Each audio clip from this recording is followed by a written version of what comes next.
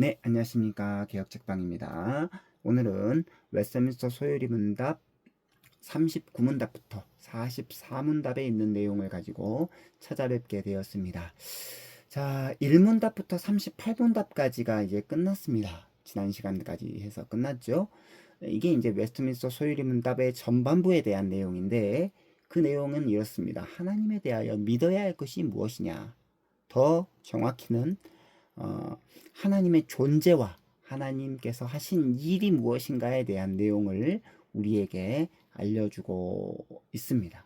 그러면 이제 하나님이 누구시고 하나님께서 우리를 위해 하신 일이 무엇인지 알았다라고 한다면 그 하나님께서 요구하시는 본분에 우리가 마땅히 순종해야 된다라는 내용이 바로 39문답부터 107문답까지의 내용이고, 이게 바로 웨스트민스터 소유리 문답의 후반부에 해당하는 내용입니다.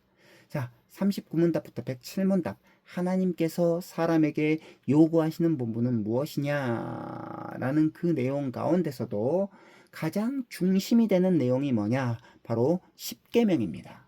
하나님께서 사람에게 요구하시는 본분이 바로 도덕법으로서의 십계명인데, 그 십계명에 관한 내용이 39문답부터 81문답까지 거의 소요리 문답의 절반에 해당하는 내용입니다. 그만큼 중요하다라는 거겠죠. 자, 오늘은 그 도덕법으로서의 십계명과 그 십계명의 서론, 십계명의 서문에 관한 내용을 가지고 함께 내용을 살펴보고자 합니다. 자, 39문답입니다. 하나님께서 사람에게 요구하시는 본분은 무엇입니까? 답은 이렇습니다. 하나님께서 사람에게 요구하시는 본분은 그분이 나타내 보이신 뜻에 순종하는 것입니다. 자, 우리가 하나님을 믿기 위해서는 먼저 하나님이 자신이 누구이신가를 우리에게 알려주셔야만 합니다. 이것을 이제 계시라고 하죠. 하나님이 스스로 자신을 열어서 우리에게 보여주셔야만 됩니다. 그것이 바로 1문답부터 38문답에 있는 내용이고요. 그리고 이제 우리가 하나님을 믿을 때 우리는 구원을 받죠.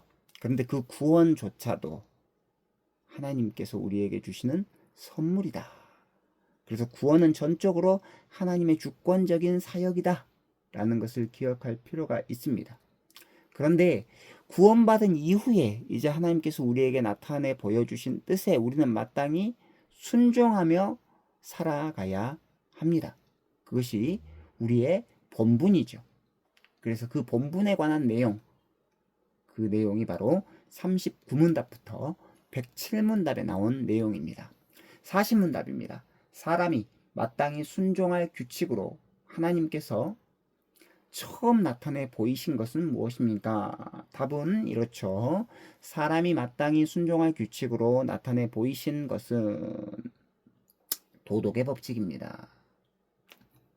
그러면 도덕의 법칙 41문답입니다. 도덕의 법칙은 어디에 총괄되어 나타났습니까? 답은 이렇습니다. 도덕의 법칙은 십계명에 총괄되어 나타났습니다. 그리고 나서 이제 십계명의 강령이 무엇인지에 대해서 묻습니다. 42문답 십계명의 강령이 무엇입니까? 답은 이렇죠. 십계명의 강령은 우리의 마음을 다하고 목숨을 다하고 뜻을 다하여 주 우리 하나님을 사랑하고 또 이웃을 자기 자신같이 사랑하라는 것입니다. 십계명의 핵심은 하나님과 이웃을 사랑하라는 것입니다. 이것은 예수님께서 직접 말씀하신 말씀이죠. 마태복음 22장 35절로 40절입니다. 그 중에 한 율법사가 예수를 시험하여 묻되 선생님, 율법 중에서 어느 계명이 크니이까? 예수께서 이르시되 네 마음을 다하고 목숨을 다하고 뜻을 다하여 주 너의 하나님을 사랑하라 하셨으니 이것이 크고 첫째 되는 계명이요 둘째도 그와 같으니 네 이웃을 네 자신같이 사랑하라 하셨으니 이 두 계명이 온 율법과 선지자의 강령이니라. 그러니까 이 율법 전체, 구약의 율법 전체를 크게 두 가지로 하나님을 사랑하고 이웃을 내 몸과 같이 사랑하라 라고 하는 이 두 가지로 나눈 다음에 이 두 계명이 온 율법과 선지자의 강령이다 라고 말씀합니다. 여기서 강령으로 번역된 헬라어 크레만 위미는 매달려 있다 라는 뜻으로 모든 구약의 율법이 이 두 계명, 하나님 사랑과 이웃 사랑에 의존하고 있다라고 하는 뜻입니다. 이처럼 사랑은 모든 행동과 순종의 기본 원칙입니다. 하나님께서는 우리의 겉모습이 아니라 행위 이면에 있는 우리의 중심과 동기를 살펴보시는 분이십니다. 자, 그래서 십계명은요, 사람이 마땅히 하나님께 대하여 순종해야 할 도덕의 법칙입니다. 그래서 지금도 여전히 유효하다라는 것을 기억할 필요가 있습니다.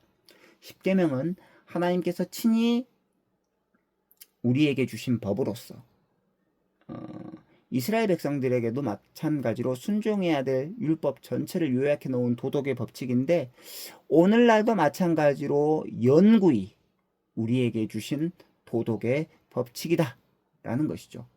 자, 그런데 이 율법의 이 전체 율법을 세 가지로 구분하면 크게 이렇게 나눌 수 있습니다. 의식법, 시민법, 도덕법. 자, 의식법은 구약의 여러 가지 희생제사, 제사법과 또 여러 가지 이제 뭐 할례, 뭐 이런 의식의 법을 말하는 거죠.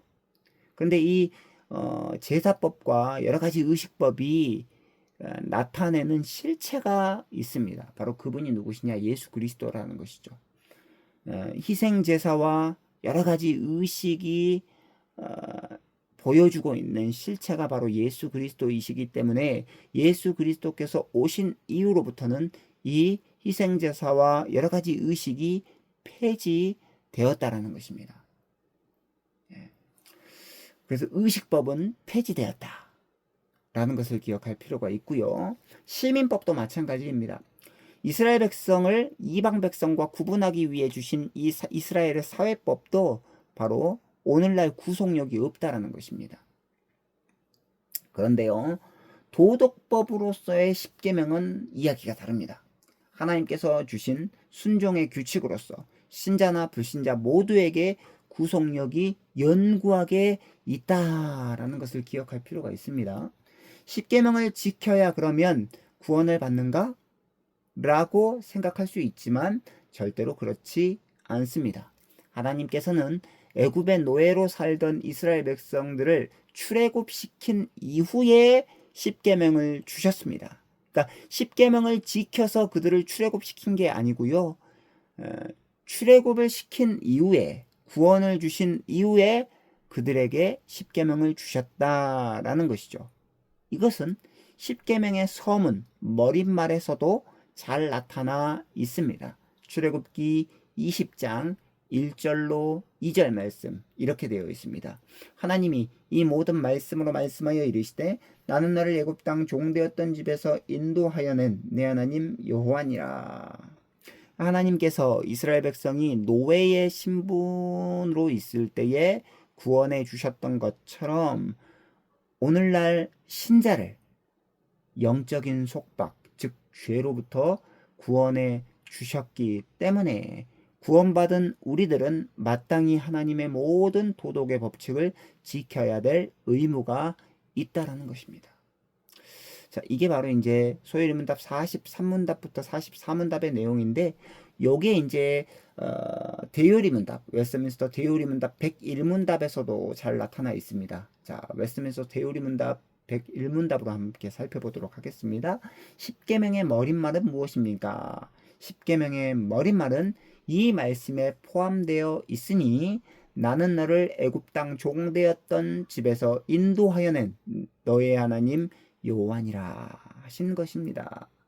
자, 여기에서 하나님은 여호와로서 영원하고 불변하시며 전능하신 하나님으로 자기의 주권을 나타내셨습니다. 그리고 자기의 존재를 자기 자신 안에 스스로 소유하시고 자기의 모든 말씀과 사역에 따라 그 존재를 나타내시면서 옛날에 이스라엘과 맺으신 것과 동일하게 자기의 모든 백성과 언약을 맺으시는 하나님이십니다.